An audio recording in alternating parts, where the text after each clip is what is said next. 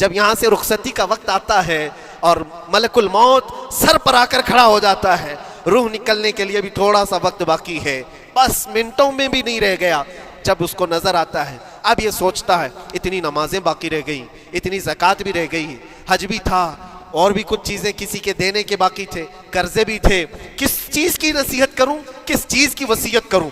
فلاں جگہ ایک گھر خرید کر کے اس کے ڈاکیومنٹ تو وہاں رکھا تھا، بیٹے کو بھی نہیں بتایا، بیٹی کو بھی نہیں بتایا، پتہ نہیں کس کے ہاتھ لگ جائے گا۔ یہ خواہشات گھومتی رہتی ہیں، وہ کسی کو بتا بھی نہیں پاتا، ادھر ملک الموت روح نکال کر نکل پڑتے۔ یہ انسان کی شارٹ لائف ہے، مختصر سی زندگی ہے جہاں یہ خواہشات دھری کی دھری رہ جاتی ہیں۔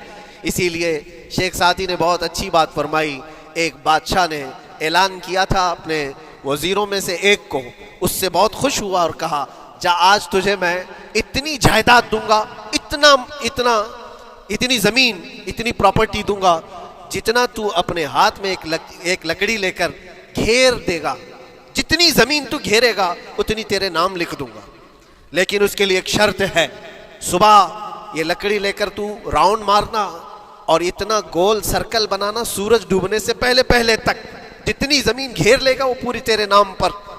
اس نے سوچا کہ اتنی بڑی زمین میں گھیر سکتا ہوں، ایک پورے دن میاں ممبئی والے اچھی طرح جانتے ہیں 4x4 کی جگہ مل جائے تو یہاں کتنی بڑی غنیمت ہوتی، اور اس بندے کو بادشاہ نے کہا لکڑی ہاتھ میں لے لے اور لکیر کھینچ، شام ہونے سے پہلے جتنا کرے گا پورا تیرے نام پر۔ وہ نکلا اور جب لکیر کھینچتے کھینچتے جب چلنے لگا، پیچھے مڑ کے دیکھتا تھا بہت لمبی ہو گئی ہے، اتنی زمین میرے نام پر ہونے والی ہے، دوپہر ہو گئی، وہ واپس آنا نہیں چاہ رہا ہے، واپس آ کر کے سرکل پہ ختم تو کرنا ہے جہاں سے شروع کیا تھا، سوچتا اور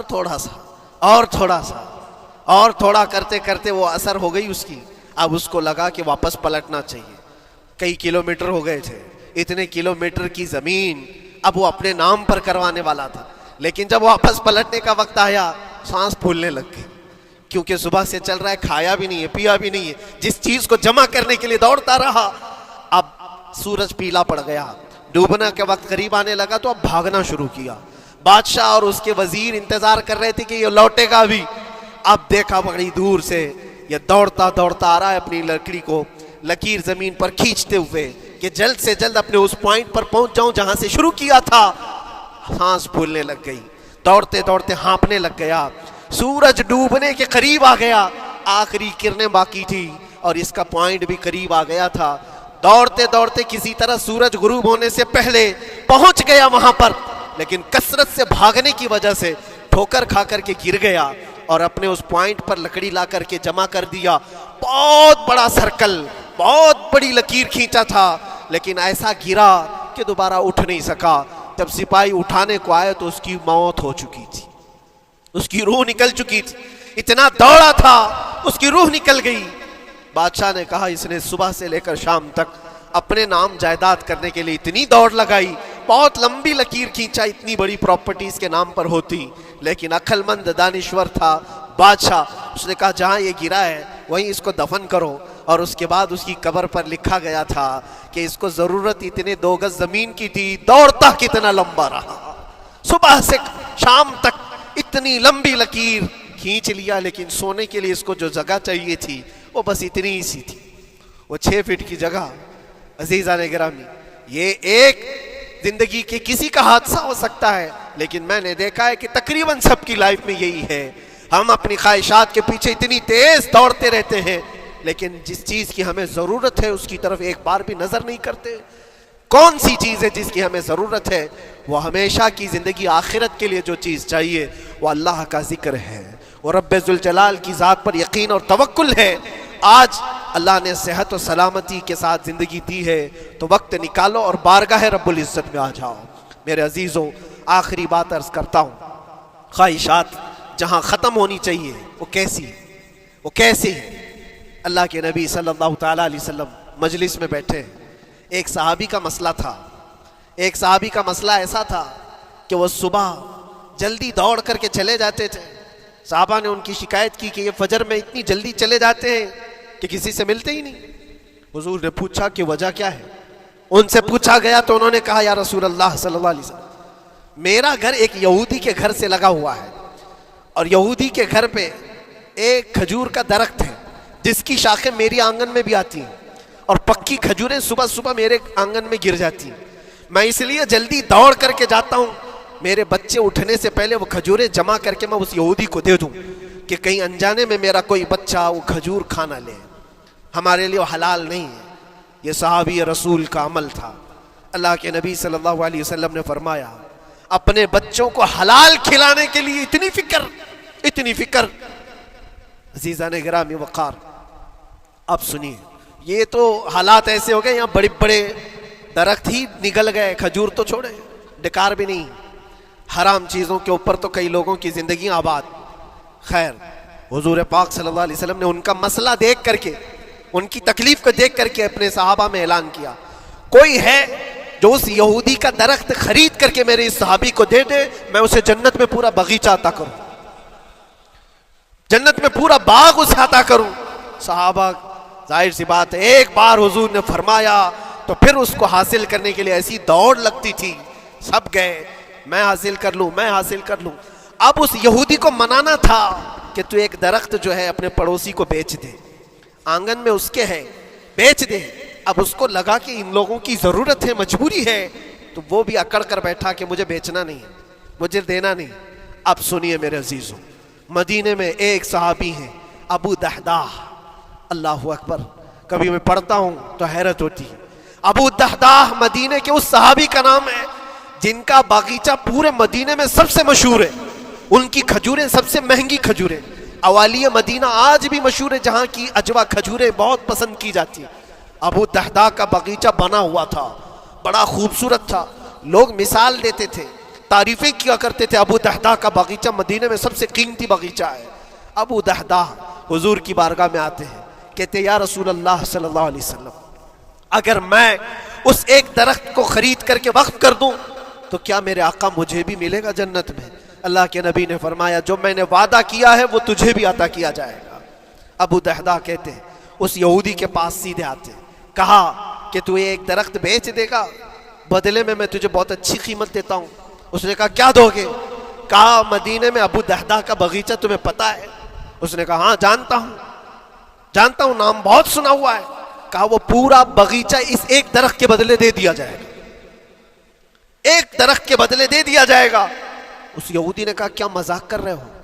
یہ کیا مذاق ہے؟ میرے آنگن میں اگے ہوئے ایک درخت کی وجہ سے ابو دحداح کا اتنا قیمتی باغیچہ دے دیا جائے گا، یہ کیسے پاسبل ہے؟ اس صحابی نے کہا اللہ کے نبی کی بات ہے، ہم مذاق نہیں کرتے، ہمارے لیے وہ ایک باغیچہ کیا ایسے 70 باغیچے ہوں، نبی پاک کی بات پر ہم سب عطا کرتے، سب ہم وقف کر دیں۔ اس یہودی نے کہا کہ ان کی تو مت ماری گئی ہے مسلمانوں کی، یہ دیکھو اپنے نبی کی بات پر اتنا قیمتی باغیچہ مجھے دینے کو تیار ہے۔ اور پھر اس نے سوچا سودا بھی تو اچھا ہی ہے، باغیچہ تو ملے گا ہی، لیکن جو میں درخت بیچ رہا ہوں یہ جائے گا کہاں؟ یہ بھی تو میرے آنگن میں ہی رہنے والا ہے۔ درخت اگر کوئی خرید لیا تو ایسا تو نہیں ہے کہ یہ درخت وہاں جائے گا، یہ تو میرے آنگن میں ہی ہے۔ سودا کر لیا۔ کہا بات اگر سچی ہے تو میں یہ درخت اپنے پڑوسی کو جو تمہارا دوست ہے مسلمان اس کو دے رہا ہوں، بدلے میں مجھے ایک باغیچہ دے دو۔ ابو دحداح نے اسی وقت لکھ کر کے دے دی، یہ باغیچہ تیرے نام کا ہے۔ سوچو میرے عزیزوں، جس کو سینچا ہو محنتوں سے، جس باغیچے کو سجایا ہو، وہ راستے میں کھڑے ہو کر کے اس کا سودا کر رہے ہیں، کس بات پر؟ حضور پاک کی بات تھی، رسول اللہ کا فرمان تھا۔ آئے، ان کی بیوی ان کے بچے، باغیچے میں ہی گھر بنا ہوا تھا، نہایت ٹھنڈا گھر ہوا کرتا تھا، وہ لوگ سکون کے لیے وہاں بیٹھتے تھے۔ ابو دحداح اپنے باغیچے کے دروازے پر آئے، پھاٹک پر، اندر نہیں آتے، باہر کھڑے ہو کر کے اپنی بیوی کو پکارتے، ام دحداح پوچھتی ہے، وہ آواز آتی ہے کیا وہ اندر کیوں نہیں آتے؟ باہر کھڑے ہو کر ابو دحداح کہتے ہیں بیگم باہر آ جا، یہ باغیچہ بک چکا ہے، اب ہمارا نہیں ہے، سامان لے، بچے لے اور باہر آ جا۔ بیوی نے کہا یہ کیسے اچانک؟ نہ کچھ کہا نہ کچھ بتایا، لیکن وہ عورتیں دنیا دار عورتیں نہیں تھیں، وہیں سے اندر سے کہتی ہے ابو دحداح میرا تم پر یقین ہے اگر سودا کیا ہوگا تو بہت بھاری سودا کیا ہوگا، ورنہ ابو دحداح کا باغیچہ مدینے میں بیچے جانے کے قابل نہیں ہے، کون ہے جو اس کی قیمت لگائے گا؟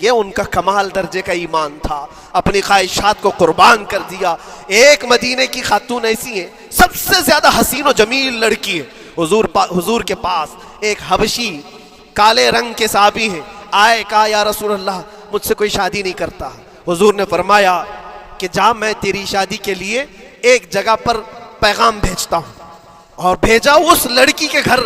انصاری صحابی کی ایک لڑکی اتنی خوبصورت ہے مدینے میں، ان کے گھر بھیجا۔ یہ تو حبشی قسم کے تھے، یہ ایک پیغام لے کر کے جب آئے، ماں باپ باہر بیٹھے ہوئے ہیں، لڑکی اندر ہے۔ ماں باپ نے دیکھا کیوں آئے ہو؟ کہا میں پیغام لے کر آیا ہوں۔ کس چیز کا؟ آپ کی بیٹی سے نکاح کا۔ کس نے بھیجا؟ کہا اللہ کے رسول نے۔ ماں اور باپ ہیں، شکل و صورت دیکھی اور ان کی حسینہ بیٹی۔ کہا ٹھیک ہے تم جاؤ واپس، ہم حضور سے بات کر لیں گے۔ اتنا ہی کہا، ٹال دیا ہوگا۔ وہ صحابی جو آئے تھے کالے رنگ کے، انہوں نے کہا یہ تو روز کی بات تھی، ہر جگہ ریجیکٹ ہوتا ہی تھا، میرے لیے تعجب کی بات نہیں تھی، میں تو واپس آیا حضور کے پاس۔ ہوا گھر میں کیا، اندر جوان لڑکی جو گھر میں موجود تھی بھر آئی، کہا ماں باپ سے پوچھتی ہے کہ اماں کون آیا تھا؟ کہا ایک نوجوان نکاح کا پیغام لے کر کے۔ اس خاتون نے کہا، لڑکی نے کہا آپ نے کیا کہا؟ کہا ہم بعد میں بات کر لیں گے۔ کہا آپ کو اندازہ نہیں آپ نے کتنی بڑی خطا کی ہے، اللہ کے نبی کا فرمان آیا تھا اور آپ نے ٹال دیا، میں تیار ہوں اس کے ساتھ نکاح کرنے کے لیے، نبی پاک کا حکم ہے۔ ماں باپ نے کہا بیٹا تو نے دیکھا ہے، بیٹا تو نے دیکھا جو پیغام لے کر کے آیا تھا وہ تیری میچنگ کا ہے یا نہیں، تو نے دیکھا؟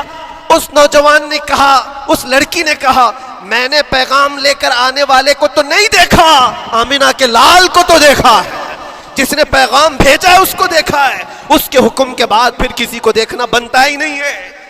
وہ دونوں ماں باپ دوڑتے ہوئے حضور کے پاس آئے، اور وہ صحابی ابھی بتا ہی رہے تھے کہ میں ریجیکٹ ہو کر کے آیا ہوں، تبھی ماں باپ بھی دوڑ کر کے آئے، کہا یا رسول اللہ خطا ہو گئی، ہم نے تاخیر کی آپ کے حکم میں، اے اللہ کے نبی ہم راضی ہیں، اپنی بیٹی کا نکاح انہی کے ساتھ کریں گے جن کا پیغام آپ نے بھیجا ہے۔ کیا اپنی خواہشات کو حضور کے قدموں میں لا کر قربان نہیں کیا؟ لیکن نکاح ہوا بھی۔ وہ نوجوان عبداللہ اسود نکاح کا حضور نے نکاح کروا دیا مسجد نبی، اور حضرت عثمان سے کہا کہ ان کو کچھ پیسہ دے دو، مال دے دو، شادی کا سامان تو خرید لے، جہیز لے لے، اپنا گھر سجا لے۔ ان کو صحابہ نے پیسے دیے، غریب تھے، میں بازار میں جا کر اپنی شادی کا سامان خرید رہے تھے، شام کے وقت اعلان ہو گیا مشرکین مکہ نے مدینے پر حملہ کیا ہے، اللہ کے نبی جہاد میں نکل رہے ہیں۔ یہ عبداللہ اسود جن کا نکاح مسجد میں ہوا اور رات کو سہاگ رات آج تھی، آج اپنے گھر دلہن لانے والے تھے، جو گھر سجانے کے لیے سامان خریدنا تھا جا کر کے گھوڑا خرید رہے، تلوار خرید رہے، اور اس کے بعد جنگ میں استعمال ہونے والا سامان خرید رہے ہیں، سب پیسے خرچہ کر دیے جنگ کے استعمال کے، زیرہ خرید لی، وہ ٹوپی خرید لی لوہے کی، سب خرید کر کے سیدھے میدان جنگ میں آ گئے۔ صحابہ بھی پہچان نہیں رہے تھے، صحابہ بھی نہیں پہچان رہے تھے، وہ غریب صحابی کبھی گھوڑے پر نہیں بیٹھے، لیکن شادی کا پورا پیسہ یہ جنگ کے سامان میں لگا دیا۔